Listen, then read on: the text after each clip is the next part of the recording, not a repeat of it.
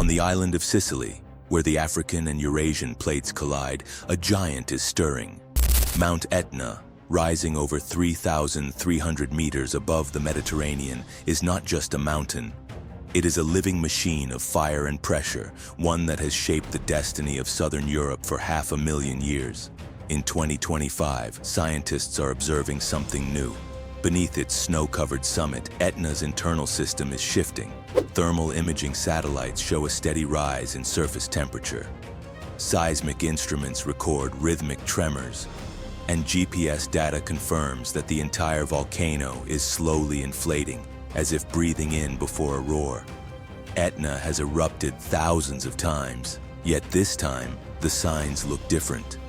Something deep below is changing in the architecture of the magma chambers themselves. Could this be the start of a new era for Europe's most active volcano? In January 2025, small paroxysms lit up the night sky above Catania. Red fountains erupted from the southeast crater, followed by a series of short but powerful explosions in March and April. For Sicilians, this was familiar. Etna has always lived in cycles of calm and chaos. But to volcanologists, these recent events raised new questions. Analysis of gas emissions revealed a sharp increase in sulfur dioxide output, reaching nearly 10,000 tons per day at its peak. Carbon dioxide flux also rose to record levels.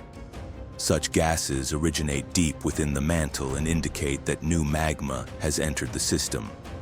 By mid-year, satellite measurements showed that Etna's summit had swollen outward by almost 5 centimeters. This kind of inflation happens when magma accumulates in shallow chambers, building pressure beneath the crust. It is a signal of unrest and one that cannot be ignored. What is unusual in 2025 is not the eruption itself, but the pattern. Each event has been stronger than the last, and the chemistry of the lava has changed. Geologists found a higher proportion of magnesium and volatile elements, suggesting that magma from deeper sources is now mixing with the older, cooler magma near the surface. This blending often precedes more explosive activity. Etna is not a simple cone. It is a complex stratovolcano built from layers of lava, ash, and pyroclastic debris accumulated over hundreds of thousands of years. Its base stretches more than 40 kilometers across, making it one of the largest active volcanoes on Earth. Beneath this massive structure lies a labyrinth of magma conduits and storage zones. Modern imaging using seismic tomography has revealed at least 3 major magma reservoirs. The deepest lies roughly 20 kilometers below sea level, fed by the subducting African plate that melts as it dives beneath Europe. Above it sits an intermediate chamber, where magma slowly cools and evolves chemically. Finally, a shallow reservoir, just 3 to 5 kilometers beneath the summit, acts as the main launching point for eruptions. In 2025, scientists from Italy's National Institute of Geophysics and Volcanology reported a structural rearrangement within these layers. Using radar interferometry and gravity data, they detected density changes consistent with the formation of a new magma pocket about 6 kilometers below the surface.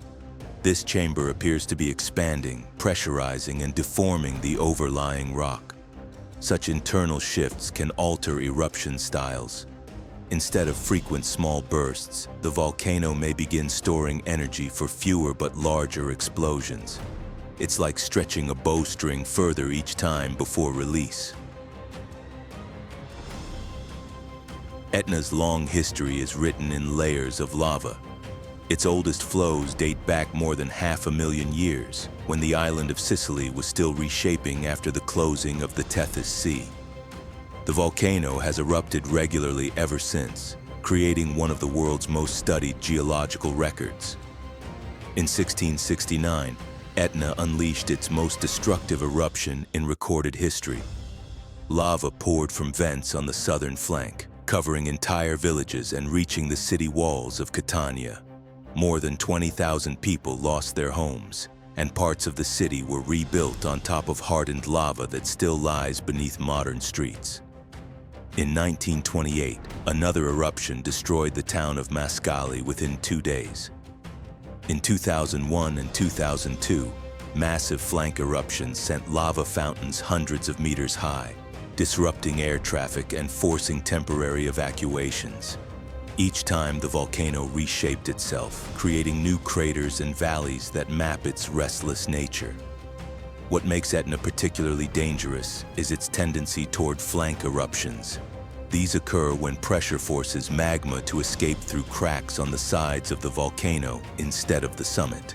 Because the mountain's flanks are unstable, this can trigger landslides or partial collapses. The 2002 event was accompanied by a lateral shift of the entire southeastern slope, a warning of how dynamic Etna's interior really is. The conditions observed in 2025 resemble those seen before the 2002 sequence: deep magma intrusion, gas buildup, and continuous tremors. Volcano monitoring has advanced dramatically in recent decades. Today, Etna is one of the most instrumented volcanoes on Earth, with over 100 seismic stations, infrared cameras, drones, and satellite links providing real-time data. In recent months, several key signals have emerged. First, harmonic tremor patterns, continuous low-frequency vibrations that indicate the movement of magma, have become more persistent.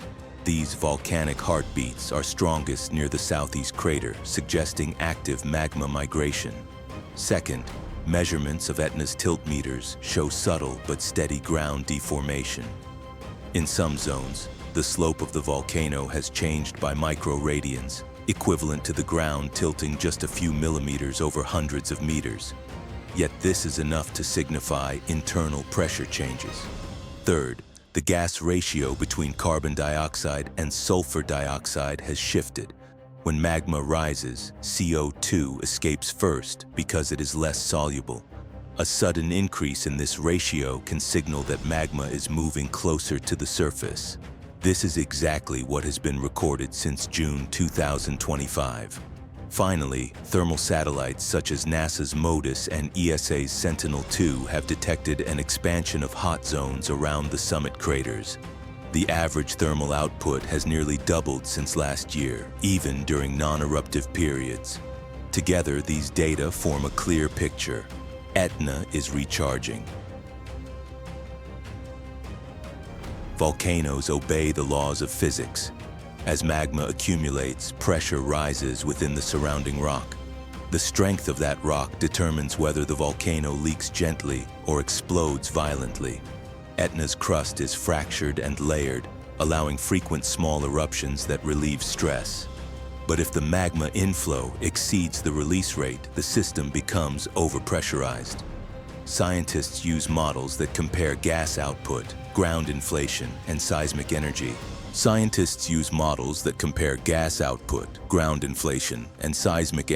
estimate when such a threshold might be reached. Current models suggest that Etna's shallow chamber could reach critical overpressure within months if current magma input continues. However, prediction remains uncertain.